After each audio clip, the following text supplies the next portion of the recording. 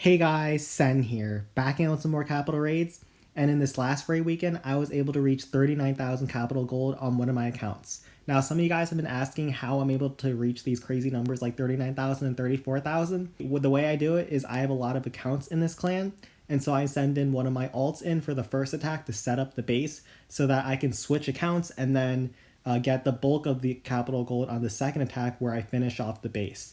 Now, I also, in order to hit 39,000, I have to go for the highest capital gold bases.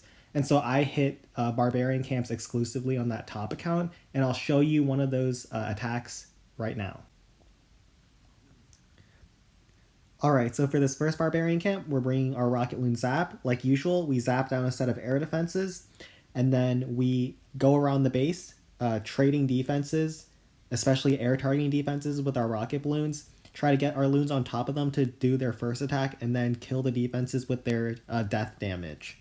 And then after the loons clear the defenses, we're able to drop minions and barbarians in behind to clear some of the trash so that we can open up more of the base for deployment. It's really important that you're able to deploy your rocket loons closer so that they can actually get onto their defenses without dying. Now at this point, we're just deciding where to drop our last loons and those last two lightning spells.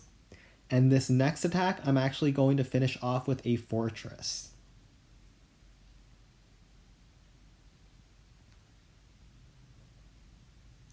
So there are some cases where you want to bring a fortress instead of bringing more rocket balloons, and this is one of those cases in my opinion. So on this base, after I zap down all of those air defenses, this side of the base doesn't have too much air coverage except splash defenses on my entry, and those aren't going to hurt your big beefy flying fortress that much. It's also really good at dealing with the hidden Tesla, the hidden Mega Teslas, which are really threatening to your balloons. And so as the fortress just slowly works its way around, I support it with rocket balloons to help DPS some defenses around it, as well as provide a little bit of tanking for your fortress because you need to keep that fortress healthy and moving through the base.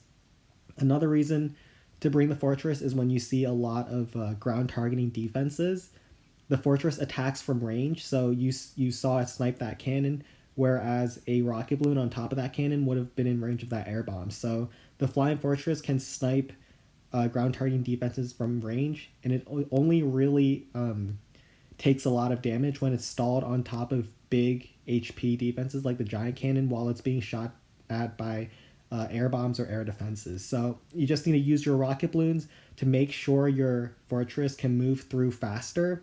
And while I don't consider this attack as good as just rocket loon zap, there are cases like this one where if you're able to keep your flying fortress alive through the end of the attack, you get more bonus gold. So it's harder to keep alive more rocket balloons than it is one beefy fortress. So on a cleanup attack where you don't need as much punch with a bunch of rocket balloons, you can just bring the flying fortress and that can get you even more gold. So you saw I got 33 or 6,300 gold and then an additional 150 in bonus gold, and that is a lot of capital gold for one attack. This next attack is against Balloon Lagoon, not Barbarian Camp. I don't always want to show Barbarian Camps, so I'm trying to bring some more diversity. This isn't part of the 39k run, but this is a really cool attack. So I start off sending a skeleton barrel towards the north side. Notice how there's not any splash defenses up there. So I stagger drop my two skeleton barrels. You'll notice I dropped the second one really late to make sure that they don't all pop at the same time, and so I'm less vulnerable to splash because one bomb will kill all of your skeletons. So you have to be careful to make sure that they don't all die to one trap. Which luckily for me there wasn't any traps up there, but just in case. And now at this point I'm sending in my rocket balloons like always, picking off defenses throughout the base. You'll notice I have two heal spells in the camp instead of zaps, which I normally bring, and you'll see what those are for. So right now I'm just working through the base trying to get to the rocket artilleries. If you're able to send a rocket balloon on top of the rocket artillery, it has that dead zone, and so it can't shoot back. I'm really easily able to trade the rocket artilleries with just one camp of rocket balloons. Now, you'll notice I still haven't dropped those heals. and I actually don't even use those heals for my balloons at all. In the clan capital, heal spells and rage spells last for an entire 2 attacks. So I'm actually not using those heals for this attack, but rather I'm using those to set up for my second attack. And for that attack, I am going to bring Hog Riders. Now, Hog Riders are really good with heals, and so I figured rocket balloons don't usually need heal or any spell support. They're really strong on their own, so I can probably set up an attack with my rocket balloons without using any spells. And if I'm able to save all those spells, I'm able to use those as heals, so I can bring more heals with my hogs. And you'll notice I have 4 heals. Those 4 heals are going to let me heal throughout the entire base basically, and keep my hog riders alive all the way through the back end, through all of the traps on the base. You saw there was a lot of ground targeting defenses in the area, and my hog riders are just working their way around slowly but surely. You can see I was basically able to cover the rest of the base with heals, and my hogs are super healthy even through the back end. So this is a really cool way I've been experimenting with my hog riders that I'll probably be making a special video for soon. So try this out and it might work for you as well. Now this attack, I'm going to show you the more orthodox way to use hog riders, and that's with setting up with archers and rage on the first attack. So the big threats to the hog riders are the big splash defenses on the bases. That'll include your giant cannons and blast bows, and especially rocket artilleries on the bases that have those. And you also want to think about taking out stuff like crushers. Those will basically, in one attack, get your hogs down to 30% health. They won't one-shot your hogs, and you can heal through them, but they will do a lot of damage, so you have to be careful through those, or either take them out with your archers or have a heal over them. Now, my archers, through the rage and their sneaky ability, they're just going to be able to snipe through all of these defenses on the base. And once those are gone, especially on Builder's Workshop, which doesn't have that many giant bombs, hog riders are a really good way to finish off the base. So you'll just see I'll slowly work my way through with archers. You want to be patient with them. You don't want to drop too many at once, because then you won't be taking advantage of their stealth ability, and they'll get hit by splash defenses. So just drop them in one by one, and they'll do their work through the rages especially.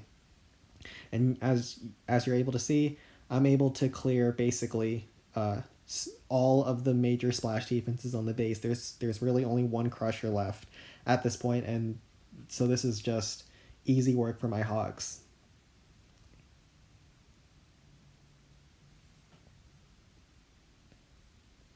Now, it's also important to know hog pathing when you're deciding where to drop your hogs and where to start them.